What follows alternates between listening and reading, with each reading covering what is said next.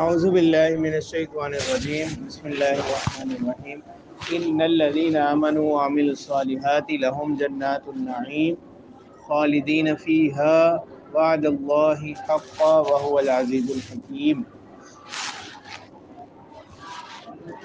سورہ لقمان آیت نمبر 8۔ تو گزشتہ آیات میں بیان تھا کس چیز کا؟ ان لوگوں کا جو آیات الہیہ سے منہ موڑنے والے ہیں، اعراض کرنے والے ہیں، اللہ کی آیات کو چھوڑنے والے ہیں، اور ان کا مقصد کیا ہوتا ہے؟ لوگوں کو گمراہ کرنا، اور وہ خود بھی کس میں ہے؟ گمراہی میں۔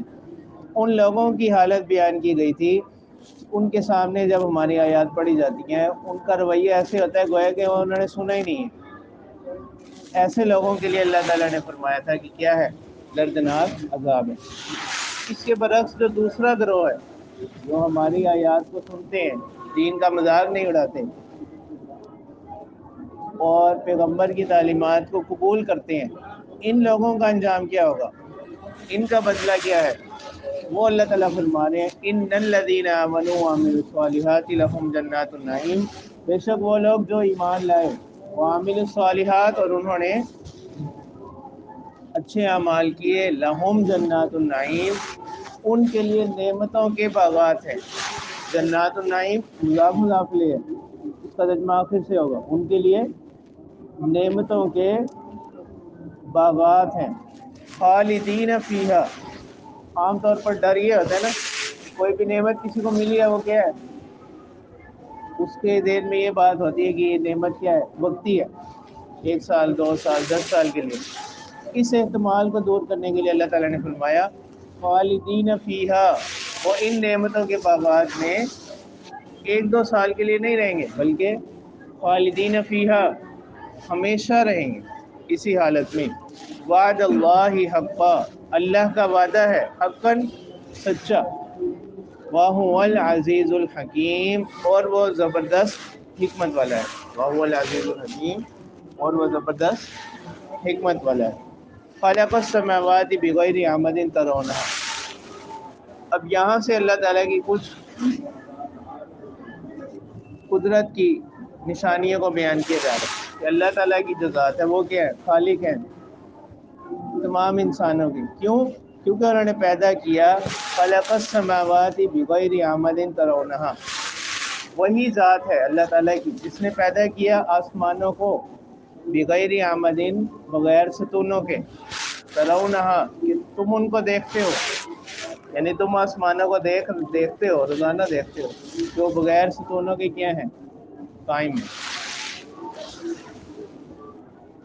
وَأَلْقَىٰ فِي الْأَرْضِ رَوَاسِيَ أَن تَمِيدَ بِكُمْ، اور اللہ تعالیٰ نے رکھے فی الارض، زمین میں، بوجھ، رواسیہ بوجھ، پہاڑ، ان تمید بکم، کہ کہیں یہ تمہیں لے نہ جائے، یعنی ان پہاڑوں کے بوجھ سے زمین کیا ہو گئی ہے؟ ہموار ہو گئی۔ ان تمید بکم، کہ یہ زمین تمہیں کیا نہ لے جائے؟ بہا نہ لے جائے۔ پہاڑ اس پر رکھے ہیں تاکہ یہ بالکل کیا ہو جائے؟ ہموار ہو جائے۔ وَبَثَّ فِيهَا مِن كُلِّ دَابَّةٍ، اور اللہ تعالیٰ نے پھیلائے، بث یبث، پھیلانا، فیہا، اس زمین میں، من کل دابہ، ہر قسم کے جاندار، ہر قسم کے جاندار۔ وَأَنزَلْنَا مِنَ السَّمَاءِ مَاءً، اور ہم نے اتارا آسمان سے پانی، فَأَنبَتْنَا فِيهَا مِن كُلِّ زَوْجٍ كَرِيمٍ، اور ہم نے اگائے اس پانی سے، ہم نے اگائے، فَأَنبَتْنَا، ہم نے اگائے، فیہا، اس میں، یعنی پانی زمین میں ہے تو زمین میں ہم نے اگائے، من کل زوج کریم، ہر قسم کے عمدہ جوڑے، ہر قسم کے عمدہ جوڑے، نباتات، پودے وغیرہ۔ تو یہاں پر اس آیت میں بغیر عمد ترونہا، اس کو 2 طرح سے پڑھا گیا ہے۔ ایک تو ترونہا، یہ صفت ہے کس کی؟ آمدن کی۔ ترونہا ہے کس کی؟ آمدن کی، کیونکہ نکرہ کے بعد اگر جملہ آ جائے تو وہ کیا ہوتا ہے؟ اس کی صفت بنتا ہے۔ نکرہ کے بعد جملہ آ جائے تو اس کی کیا بنتا ہے؟ تو آمدن معرفہ نکرہ ہے، نکرہ ہے۔ تو اللہ تعالیٰ نے تو اس صورت میں ترجمہ یہ ہوگا، اگر ترونہا کو آمدین کی صفت بنائے، خلق السماواتی، اللہ تعالیٰ نے پیدا کیا آسمانوں کو، بغیر آمدن، ایسے ستونوں کے بغیر، ترونہا،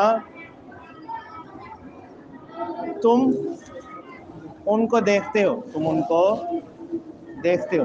یعنی اس صورت میں مطلب یہ ہوگا کہ اللہ تعالیٰ نے آسمان کو بنایا تو ستونوں کے ساتھ، لیکن وہ ستون بغیر آمد، بغیر ستونوں کے بنائے، کہ تم ان ستونوں کو، کہ تم اس آسمان کو دیکھ رہے ہو. مطلب یہ ہے کہ ستون تو ہیں لیکن دکھائی نہیں دے. اس صورت میں مطلب یہ ہوگا اللہ تعالیٰ نے آسمانوں کو بنایا ایسے ستونوں کے بغیر، ترونہا، جن کو تم دیکھتے، جن کو تم دیکھتے. یعنی ستون ہیں لیکن غیر مرئی ہیں، دکھائی نہیں دیتے. اور دوسری صورت یہ ہے خلق السماوات بغیر آمدن، یہ الگ جملہ ہو، اور ترونہا سے مستقل جملہ الگ ہے. خلق السماوات بغیر آمدن یہ الگ جملہ، اور ترونہا سے مستقل الگ جملہ. تو اس صورت میں معنی یہ ہوں گے کہ اللہ تعالیٰ نے پیدا کیا آسمانوں کو بغیر ستون کے، ترونہا، تم ان کو دیکھتے ہو کہ وہ ایسے ہی ہیں، ستونوں کے بغیر ہی. تو یہ فرق ہوگا دونوں صورتوں میں. تو اللہ تعالیٰ فرما رہے ہیں ھذا خلق اللہ، یہ ہے اللہ کا پیدا کرنا. یہ گزشتہ آیات میں چند چیزیں بیان کی گئی نا بطور مثال کے، یہ ہے اللہ کا پیدا کرنا. تو اب مشرکین سے کہا جا رہا ہے فارونی ماذا خلق الذین من دونی، تو اے پیغمبر آپ فارونی، اللہ تعالیٰ فرما رہے ہیں کہ مجھے دکھلاؤ، ماذا خلق الذین من دونی، کیا پیدا کیا الذین من دونی، ان لوگوں نے جو اللہ کے علاوہ ہیں، ان لوگوں نے جو اللہ کے، یعنی اللہ کے علاوہ جو تم نے معبود بنا رکھے ہیں، تو تم دکھلاؤ انہوں نے کیا پیدا کیا ہے. بل الظالمون فی ضلال مبین، اللہ تعالیٰ فرما رہے ہیں کہ حقیقت میں تو انہوں نے کچھ بھی پیدا نہیں کیا، بلکہ یہ جو ظالم لوگ ہیں، ظالم سے یہاں مراد مشرکین، فی ضلال مبین، یہ کس میں ہے؟ دور کی گمراہی میں، فی ضلال مبین واضح گمراہی میں. یعنی اپنی بدعمالیوں میں اس طرح سے مبتلا ہو گئے، یہ واضح طور پر نظر آ رہا ہے کہ اس میں ہے، گمراہی میں. وَلَقَدْ آتَيْنَا لُقْمَانَ الْحِكْمَةَ أَنِ اشْكُرْ لِلَّهِ وَمَنْ يَشْكُرْ فَإِنَّمَا يَشْكُرُ لِنَفْسِهِ وَمَنْ كَفَرَ فَإِنَّ اللَّهَ غَنِيٌّ حَمِيدٌ. یہاں سے پورا رکوع تقریباً، اور اسی مناسبت سے سورت کا نام لقمان ہے. تو یہاں ایک قصہ ذکر کیا جا رہا ہے حکیم لقمان کا، اور ان کی نصیحتیں ہیں جو انہوں نے اپنے بیٹے سے کی. تو حکیم لقمان اصل میں یہ ایک حبشی غلام تھے، ٹھیک ہے، اور یہ بڑھئی کا کام کیا کرتے تھے، بڑھئی کا کام کرتے تھے، لکڑی وغیرہ کا. تو ان کو اللہ تعالیٰ نے ایک خاص حکمت عطا کی تھی کہ یہ سمجھداری کی، دانش مندی کی، عقل والی باتیں کیا کرتے تھے، ٹھیک ہے. اسی وجہ سے یعنی ان کا درجہ اس حد تک بلند ہوا کہ ان کا قصہ کس میں ذکر کیا گیا؟ قرآن مجید میں ذکر کیا گیا. تو البتہ ان کے بارے میں بالاتفاق جمہور کی رائے ہے کہ نبی نہیں تھے، یعنی ویسے یعنی دانشور تھے، اپنے زمانے کے حکیم تھے، سمجھتے تھے چیزوں کہ اللہ تعالیٰ کی ذات کیا ہے، توحید کیا ہے، ٹھیک ہے. ویسے یہ نبی نہیں تھے، یعنی اللہ تعالیٰ کی طرف سے یہ چیزیں ان کو الہام کی گئیں بطور انعام کے. البتہ یہ نبی نہیں تھے کہ ان پر باقاعدہ وحی آتی ہو، ایسا نہیں. اور یہ حضرت ایوب علیہ السلام کے بھانجے تھے، ٹھیک ہے، حضرت ایوب علیہ السلام کے بھانجے تھے، بعض لوگوں کی رائے یہ ہے. تو ان کا یہ حال بیان کیا جا رہا ہے. اور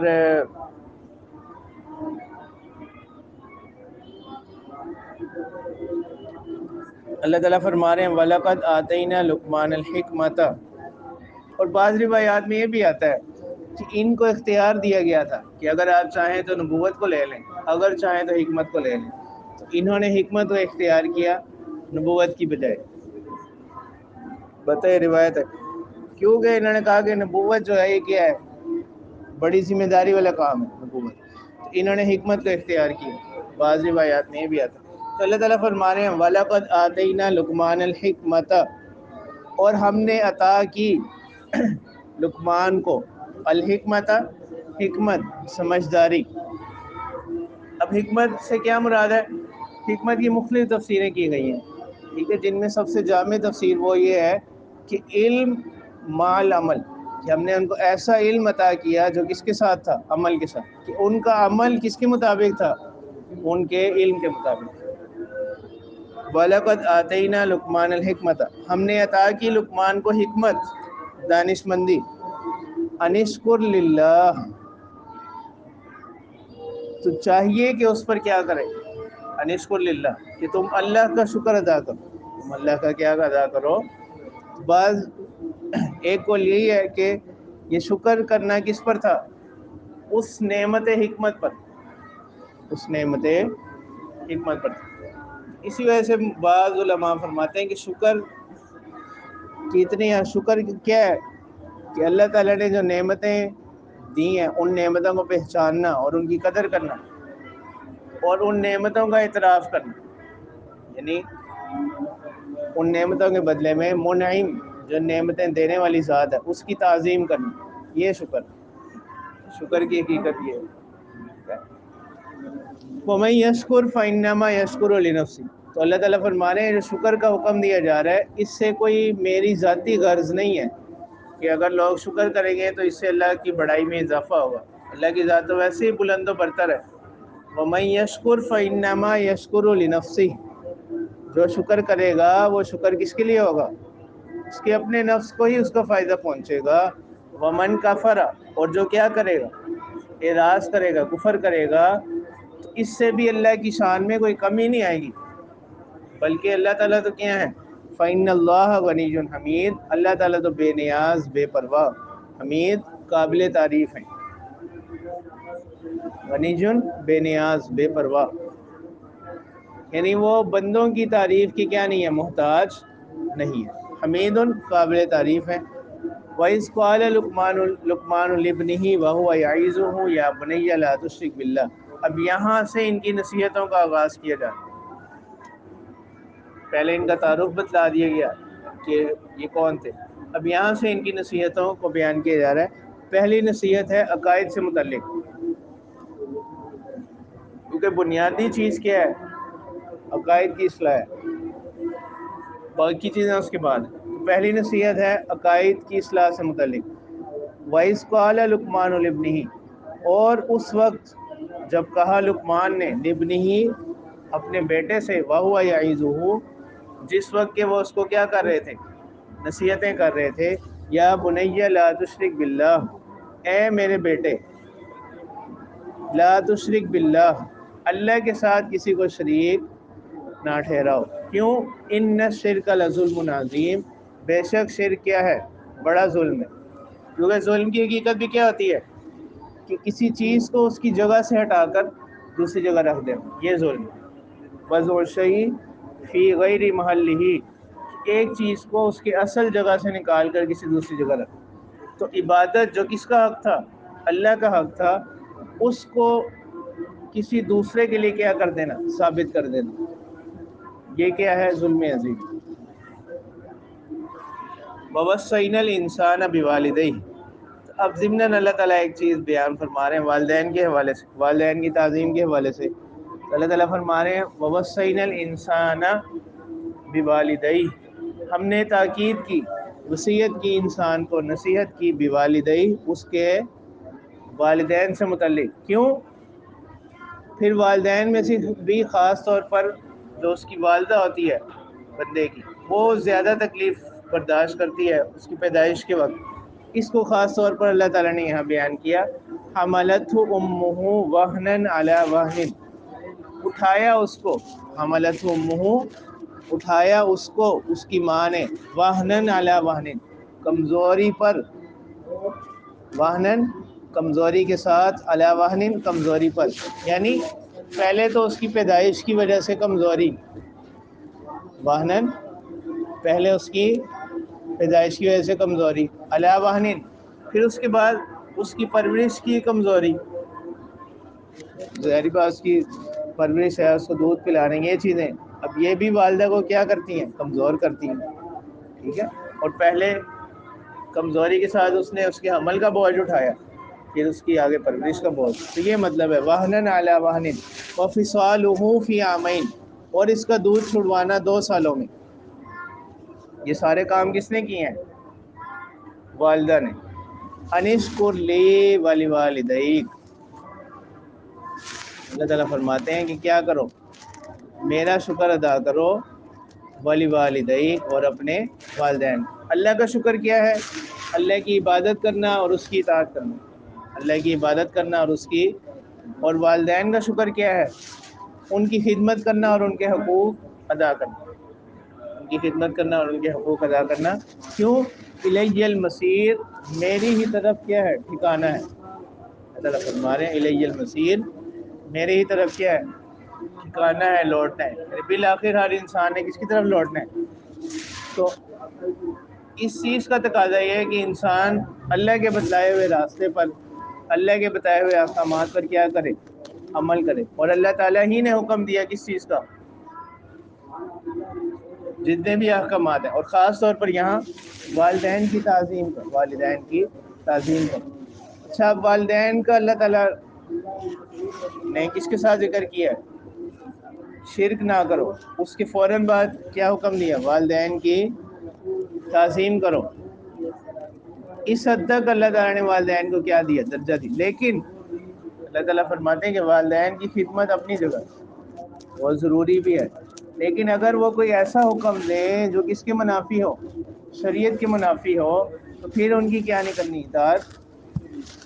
ہاں، اس حکم میں اطاعت نہیں کرنی، باقی جو ان کی خدمت کرنی ہے، ان کے ساتھ حسن سلوک کرنا ہے، وہ اسی طرح کرنا ہے، ٹھیک ہے، اگرچہ وہ کیا ہوں، کافر ہی ہوں.